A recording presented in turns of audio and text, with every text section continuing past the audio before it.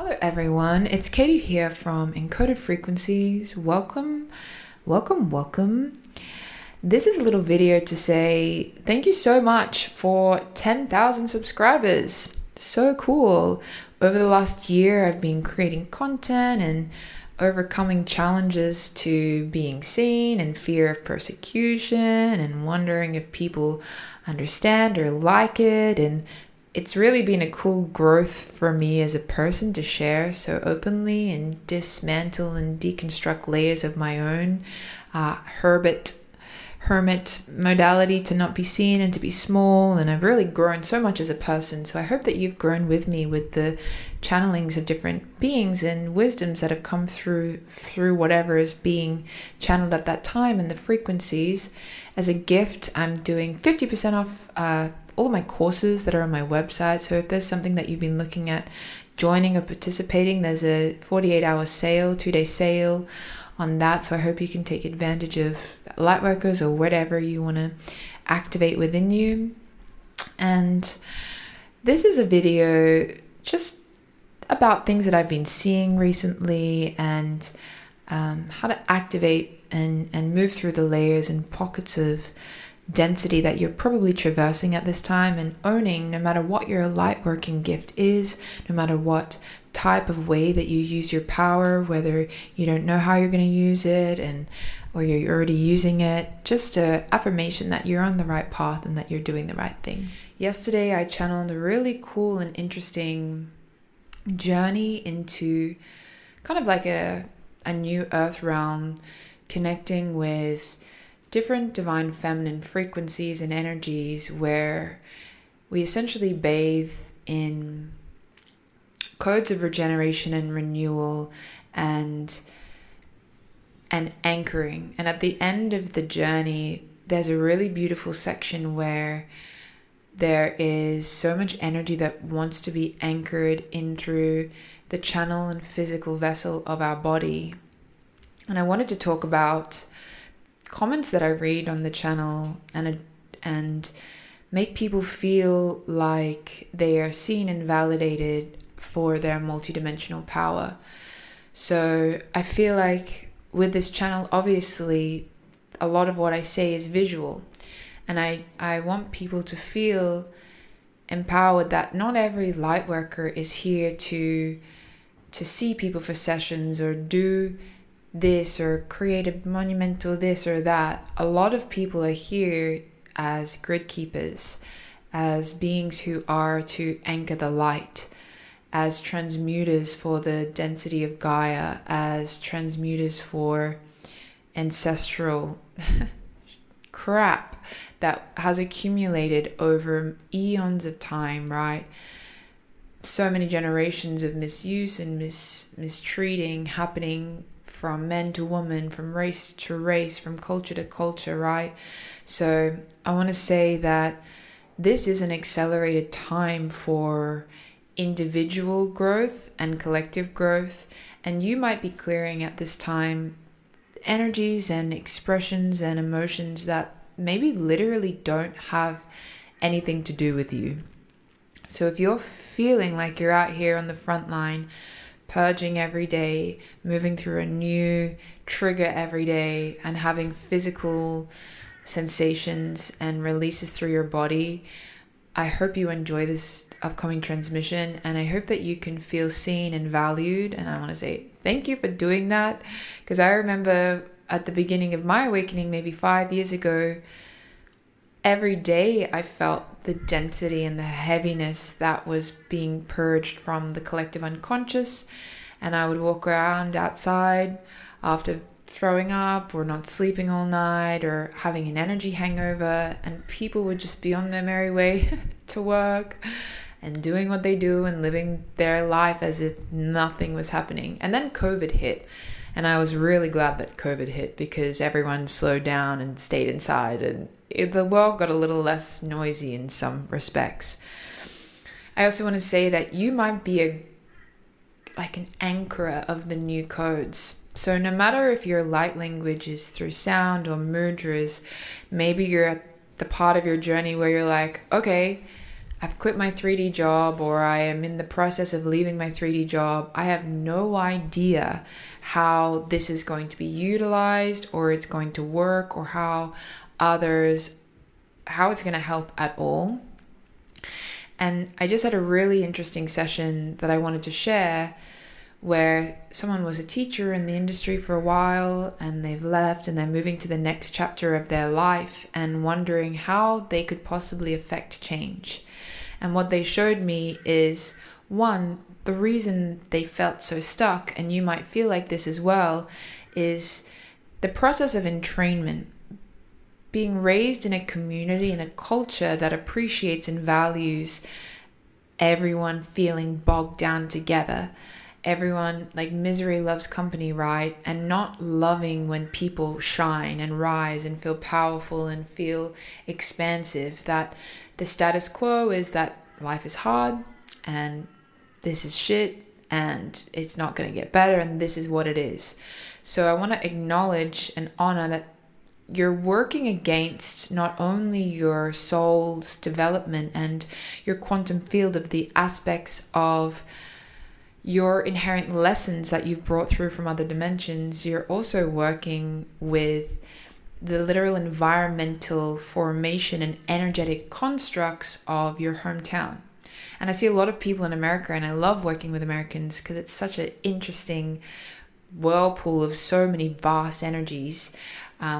You're working with your town. You're working with the people that you went to school with that molded you. You're working against or with to shift and release the systemic control measures. You're working with the financial system. You're working with class system, with the race system, with all of these different systems.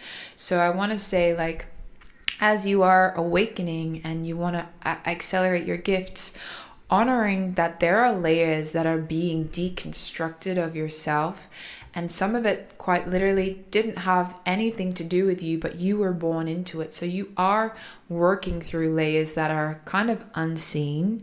I guess it's seen when you have a session and someone says, this is what's happening in your field and this is why, and that is very validating for some people. But you are working against, or with, let's say with, many different constructs that you're breaking down for other people as well.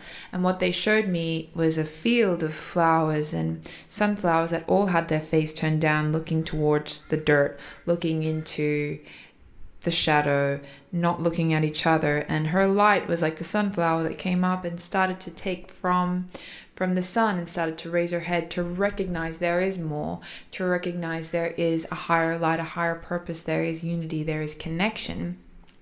And her job was to, one, allow herself to break from the entrainment cycle of all the other flowers that are looking down around, all of the depression and the lack consciousness and the repression and these dense emotions that make us feel like we can't change, make us feel like we can't rise up and win, because there are, look at the political environment. Many people feel disempowered about that. Look at all of these different pockets and constructs of society that are affirming that you are not powerful, right? So as you're breaking down these constructs and finding the power from within, the light from within, her job in that time was just to literally allow herself space to disentangle from the conglomeration of crap and experience the light. And then they said, fundamentally, as her light shone, almost homeopathically, her light and her power and her confidence and creativity and care and joy and expression of the divine began to spread and then move into the next person around her.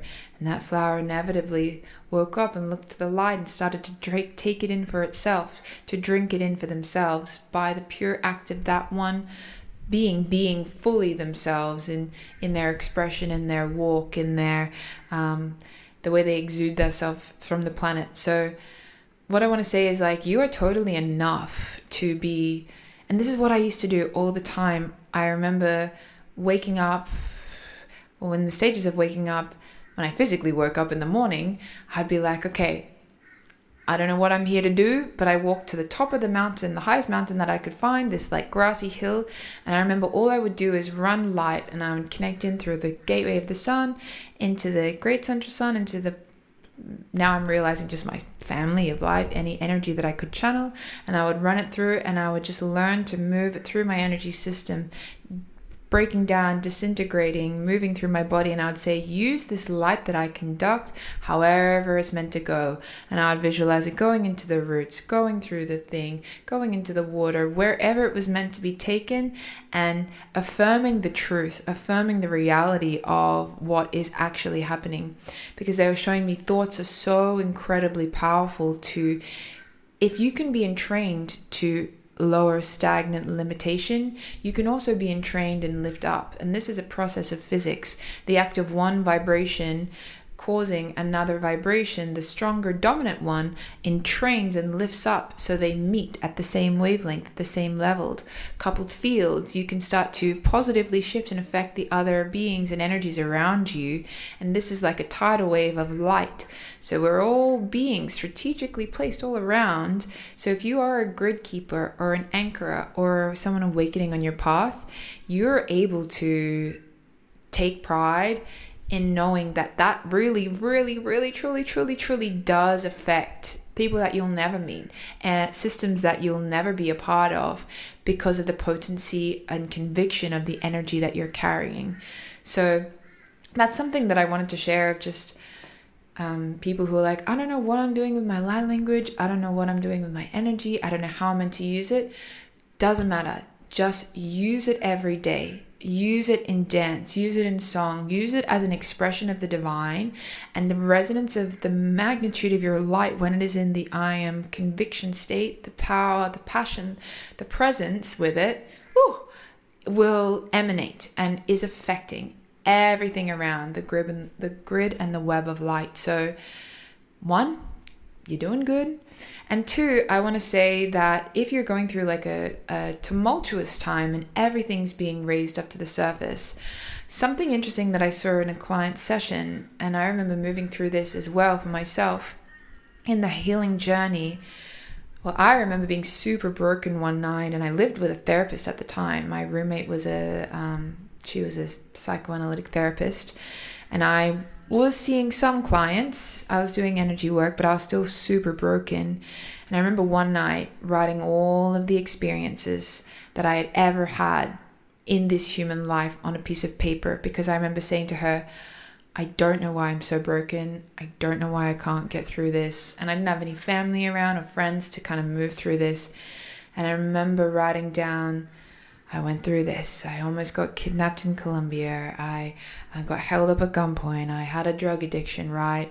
I couldn't come off my pain meds. I had surgery, and then I tried to heal, but then I lacerated it and I had to go back into hospital. I broke up with my boyfriend, and he kicked me out of the car in the middle of Vancouver downtown, and I slept with homeless people one night, like in the gutter with them, right? I was locked into a room in Colombia with a group of men who all had selling cocaine and had guns in their pockets, and I was the only girl locked in this room, and I had to get myself out. Like all of these terribly dangerous situations that I found myself in, and all of these traumas and all of these pains and this wounding. My dad moving to Saudi Arabia and didn't even tell me, and then I had dengue fever in Colombia and my organs were failing, and I tried calling, and they had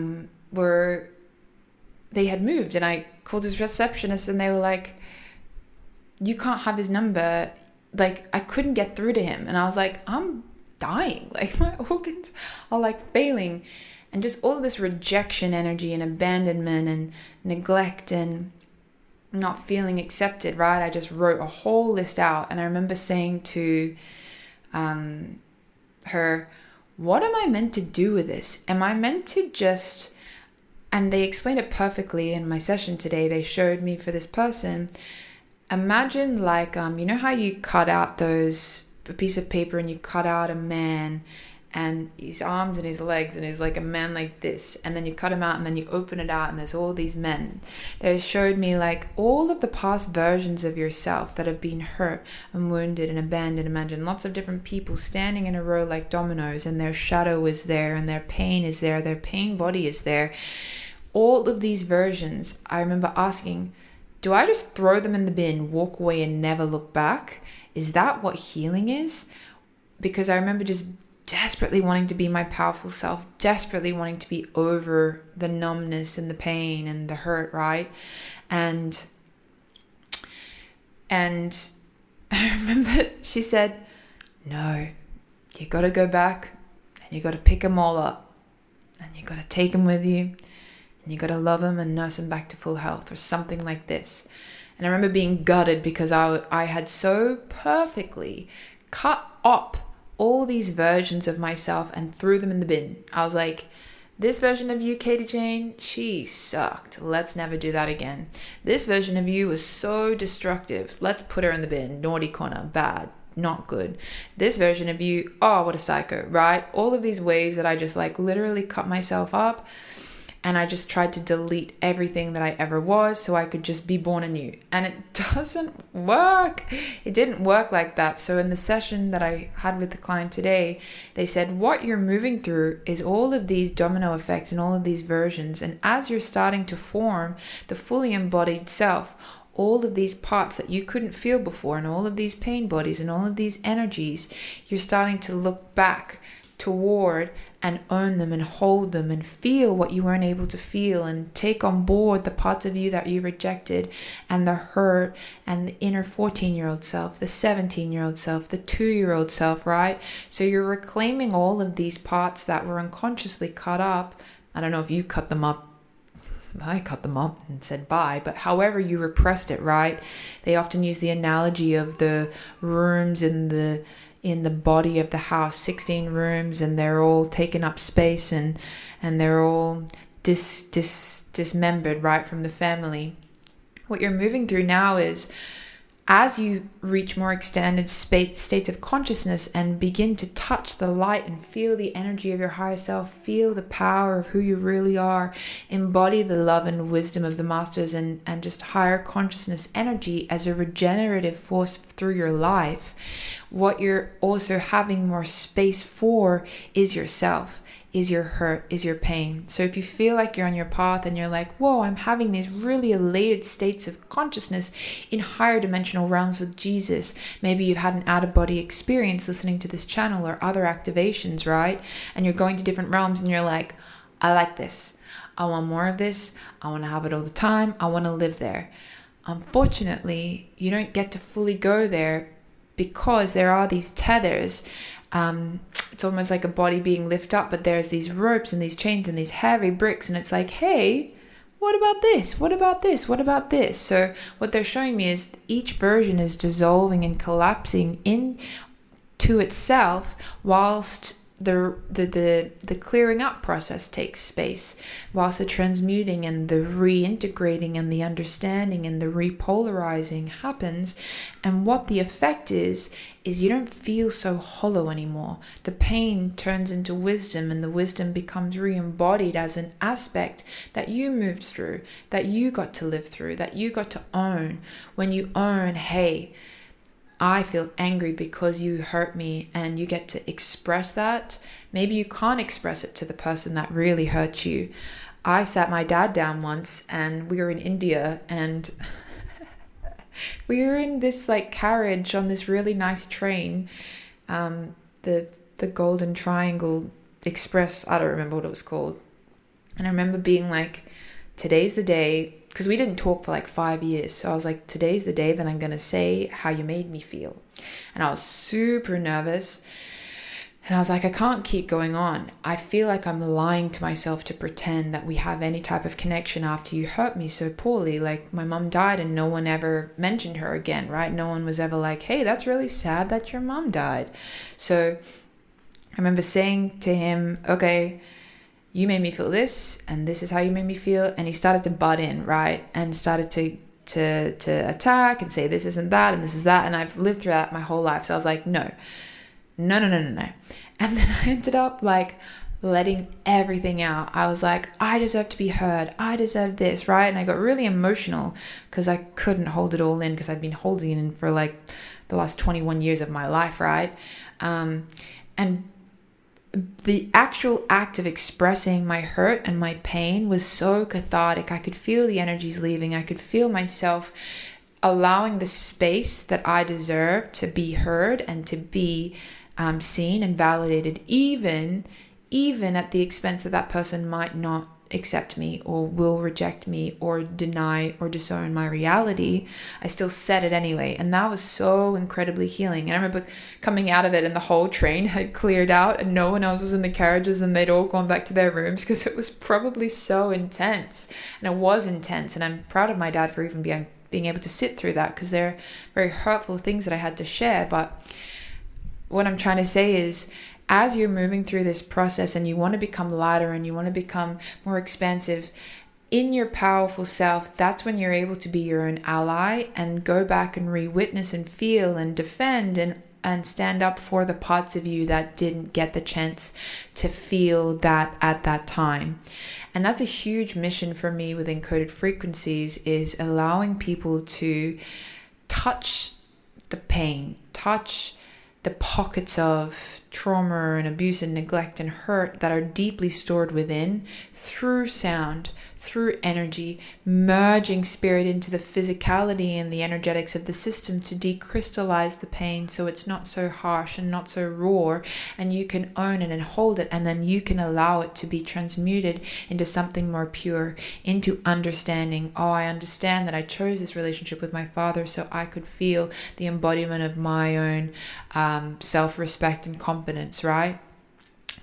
So basically, you're collapsing all these versions and holding them and transmuting them and carrying them with you, and then reintegrating all of the pieces. So when you do enter that higher dimensional experience, you're integrated and you're whole, and they're all of the versions of you. And I don't know if this resonates, but when I was moving through my healing journey, I couldn't remember what happened to me when I was 12, what happened to me when I was 20, what I did last week, what year I was in this country. All of my self and my system was in a state of like both hibernation and fight, flight, freeze, but also shifting timelines, right? So when you add healing to multidimensionality and understanding we're moving through so many different pockets of and versions of ourselves, it can get really confusing. So learning how to ground and anchor your experience is also really important. So yeah, didn't expect it to go here, and I just always press record and see what comes out. But I want to say thank you for being on this journey with me and allowing me to create and express. If y'all had known me like 5 years ago, you'd be like, that girl's a hot mess. Like, so I want to say, like, if I can overcome all of the crap that I've had to move through, and you've all had to move through, you've all had crap. Like, I love seeing you for one-on-one sessions, and I love meeting you in the groups. And I probably won't meet you all ever, but I feel you and I see you and I hear you.